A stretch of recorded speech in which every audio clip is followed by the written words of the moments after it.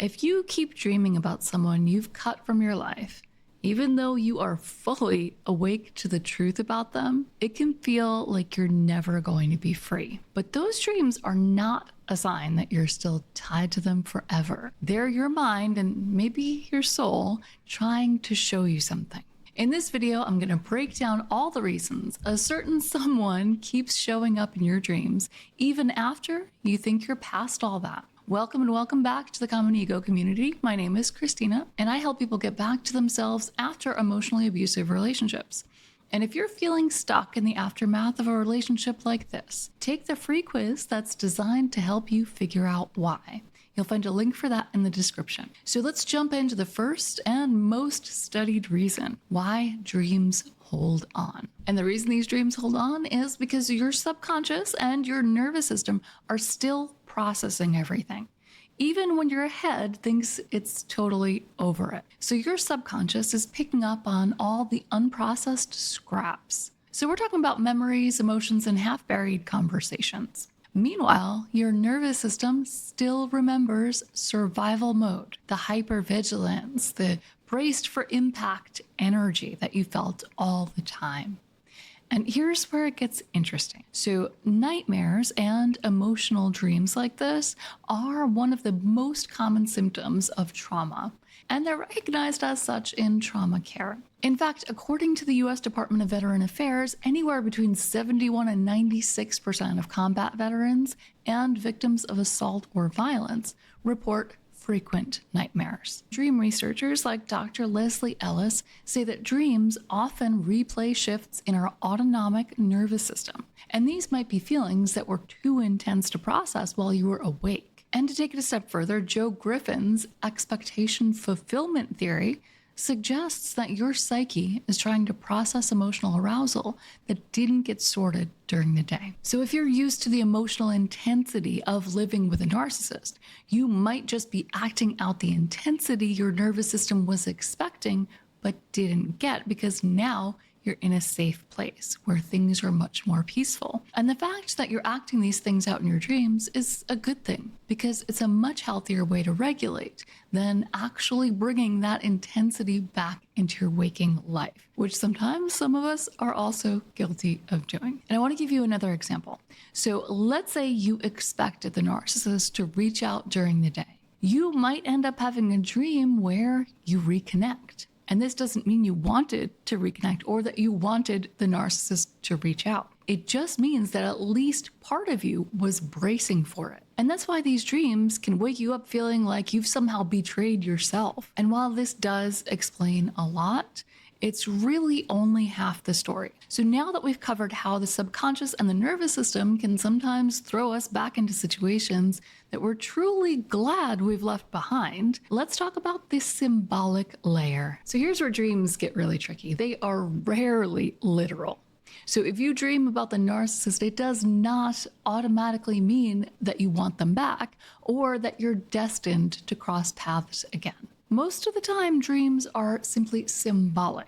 So they take the raw material of your emotions and they play them out in scenes that don't always match real life. So think about it this way. If you dream that they finally apologize to you, that dream is not proof that they've changed or a sign that they're going to. It's a mirror of your own longing for closure. So this part of your subconscious is saying, I need to be seen. I need my pain to be acknowledged. And because that's never happened in waking life, your subconscious is filling in the gap.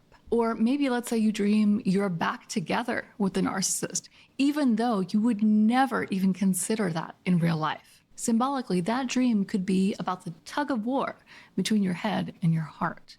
The part of you that knows the truth versus the part that's still wrestling with questions like, was any of it real?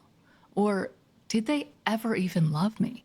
Maybe it's the part of you that's questioning, how could I have been so fooled? And there are researchers out there who have studied why we dream the things that we do. Freud believed that dreams disguise our hidden wishes. Jung saw them as messages from the unconscious, guiding us toward integration. And modern psychologists explain dreams as a way to discharge the emotional expectations of your day. So these are things that maybe part of you was expecting, maybe wanting, maybe not wanting, but in some way expecting, and those expectations were never realized. So in plain English, when something feels unfinished, your dreams pick it up and try to finish it. So when a narcissist shows up in your sleep, it's often less about them and more about you. It's about the parts of your story that still feel incomplete, the parts of you that still want an ending you never got. And here's the empowering part of it all. Once you realize that dreams are symbolic, they stop feeling like a haunting and they start feeling more like a roadmap. Instead of seeing them as evidence that you're stuck, you can start asking, what is it that my subconscious is trying to resolve here? But of course, dreams are complex, and maybe you think of dreams as symbolic, but you have this one dream here that feels intensely spiritual. And I know that we've all had dreams like that. So let's dig into what might be going on there as we talk about dreams from the energetic or spiritual angle. So for some people, these dreams really just don't feel symbolic. They feel energetic, almost like there's still a cord between you and that person that's tugging at you at night. And some people call this a soul tie. Others describe it as unfinished energy that still hasn't been released. And if you've ever woken up from a dream about the narcissist and felt their presence so strongly, like they were in the room with you, it makes sense why you would think, like, am I really free of them?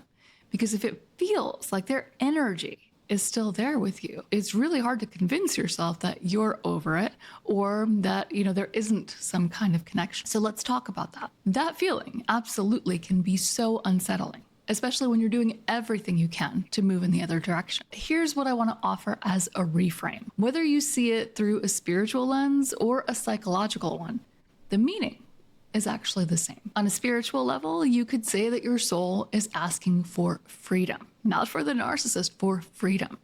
And on a psychological level, you can say that your subconscious is trying to clear out the last of that old emotional charge. Even Carl Jung, who wasn't shy about blending psychology with the spiritual, talked about dreams as a way the psyche brings us into wholeness. And modern trauma research shows that unresolved energy in the nervous system will find a way to express itself, often through dreams, body sensations, or intrusive thoughts. So if you feel like you're being visited in dreams, it's not necessarily proof that the narcissist still has power over you. More often, it's your system trying to shake loose the last bits of what they left behind. And instead of panicking when it happens, you can begin to see it as a release that's already in motion. So the real question becomes, what do you do with these dreams to help your mind and spirit finish the process instead of feeling hijacked by it? So let's talk about what you can do. The first step is to take the dream out of your head and put it somewhere safe. Journaling can be incredibly powerful.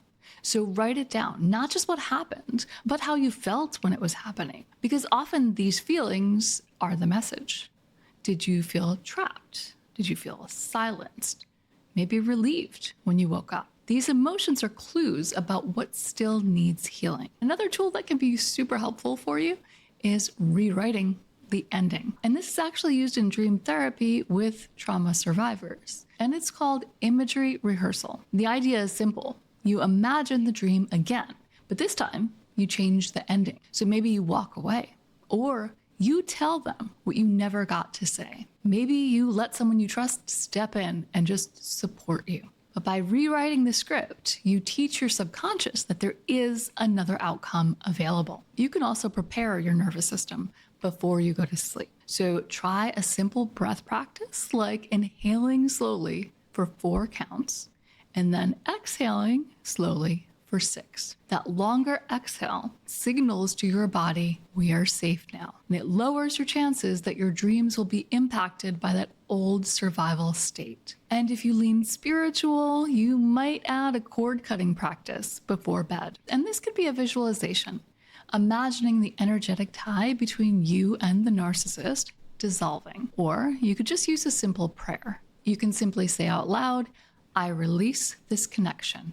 I release what no longer serves me. Really, there's no magic to any of this. It's really less about the ritual, and it's more about sending a clear signal to your mind and spirit that you are choosing freedom. And none of these practices will erase the past, but they give you a way to work with your dreams instead of feeling like they're working against you. And so we can use them to turn the dreams into part of the healing process instead of another reason that you feel stuck. So the next time you dream about them, don't panic. It's not a sign that you're slipping backwards, and it's not proof that they have a hold over you still. It's your system working through the pieces of the story that never got resolved. And as frustrating as those dreams can feel, they can also be a sign that your mind and spirit are ready to release what you've been carrying. If this resonated with you, I think you're really going to connect with this video right here, where I talk about why you don't fully feel free even after you've left the narcissist. Because those dreams are just one piece of a bigger picture. And when you understand that bigger picture, you'll feel a lot more clarity and peace. And be sure to like this video before you go if you haven't already, and I will see you again soon.